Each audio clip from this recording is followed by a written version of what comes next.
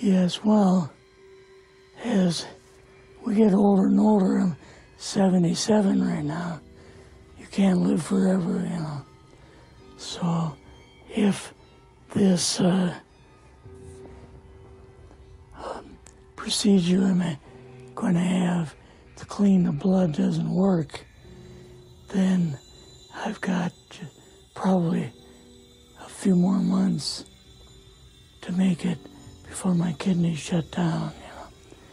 So that's kind of why I'm kind of going along with the interview at this time. The project he was on, and that was Project Blue Book, which was kind of partially a fraud. You're saying some of the Blue Book cases were, yes, were completely fictitious? Yes. But the cases that we got came from, I think it was Fort Belvoir, Maryland. Mm-hmm. Fort Belvoir? Yeah. And it didn't come from the Pentagon, or it didn't come from CIA headquarters. But we would get reports about a certain sighting that they had in Mexico or Italy or something like that. And then we had people that would follow through on it, that would go out and interview the people to see if they were nutcases. But my boss filled me in on Project Blue Book and what they had found so far, as far as grays and aliens and the Roswell incident. How did you feel when this first got dumped on you? When you first learned about this? I was just kind of overwhelmed with all of this, you know.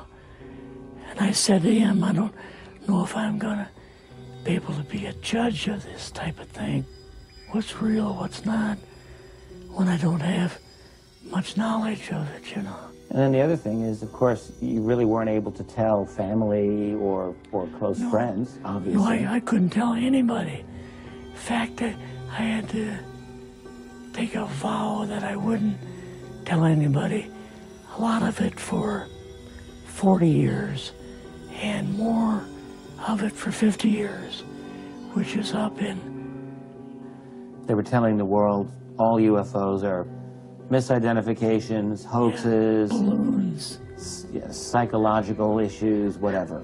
Yes. Yeah. So my boss came to me and he says, we've both got a new assignment. And he says, oh, I said, where are we going? Oh, he says, we're going to the Capitol. We called the people in from MJ-12, from Area 51 and S4, but they told us that the government had no jurisdiction over what they were doing. Eisenhower was going to invade, yes, Area 51. Yeah, with the First Army. So you go out with your superior. Yes. You fly out. You land. What happens? Can you describe this whole process? What you saw? They took us the 13 or 15 miles south to S4 and like different garage door openings. And in these garage door openings, they had like different saucer crafts. The very first one had the Roswell craft in. It was kind of crashed up, but apparently every alien that was in it died except for a couple. So you see the Roswell craft, and what are some of the others that you see? Well, the Roswell craft was really strange because it looked like real heavy aluminum foil. We could rock next to it, and you could rock it. The whole thing probably weighed 150, 300 pounds. Could they tell what the source of power was of this craft? Yeah, it was like a reverse gravitational thing of some kind. In fact, one later on, I got the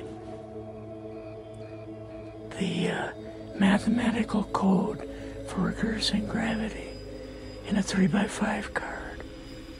I guess there are different types of grays and so on. How did you see that evidence? Well, at the later on at S4, we viewed the autopsy film, and then the colonel said, "What we've got in here is we're interviewing a gray alien." All right, right there. How did you feel at that moment? Well, I thought, boy, we had no idea we were going to see the real thing. All we saw was film. You had to have a little bit of heart racing Yes. at that moment. My boss was able to go in and had a partial interview with us. So what did this gray alien look like? Could you describe him a little bit? This one looked a little bit oriental. So I'm just wondering if it looked almost human, what about this didn't look human? No, it didn't look human as far as the skin tone and basically the shape of it and the size. How was its head size compared with a normal human, for example? Brain was kind of a little bit bigger, and some of the nose was very, very small, and the ears were just like holes. Mouth was very small. You and your supervisor, Yeah. superior officer, and now you're meeting with the president? Yes. Can you describe this?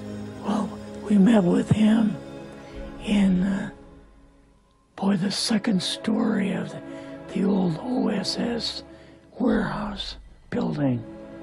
And Eisenhower and Nixon were there, and also Hoover was there.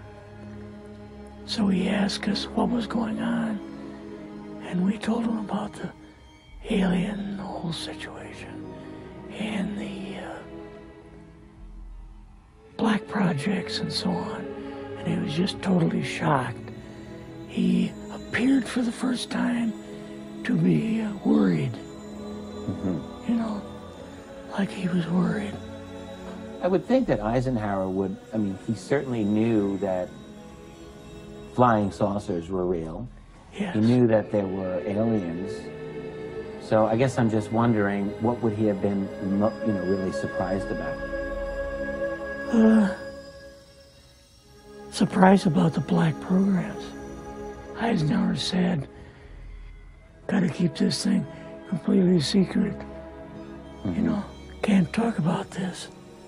Your actual name is, the name you grew up with, that was a different name than what you had in the... I never used it in the CIA at all. Now, what about today? You're going on the public record, and this is still sensitive information, even though earlier you talked about, security oaths that maybe expire after a certain period of time. 50 years.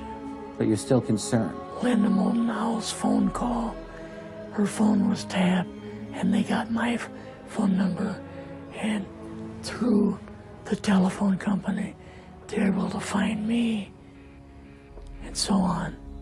When they found you, what happened? I was going to a grocery store.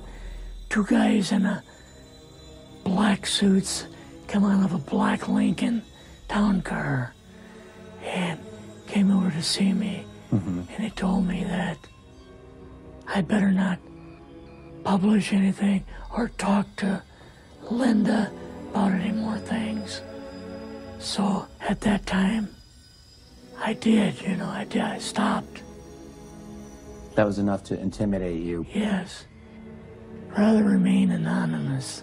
Never show my face on anything.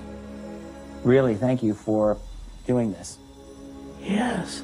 this was, I guess, kind of a good idea because I feel much better having talked about it. I kind of feel like there's a load off my shoulders. Really? Because I had an awful lot of secrets that I had kept over the years.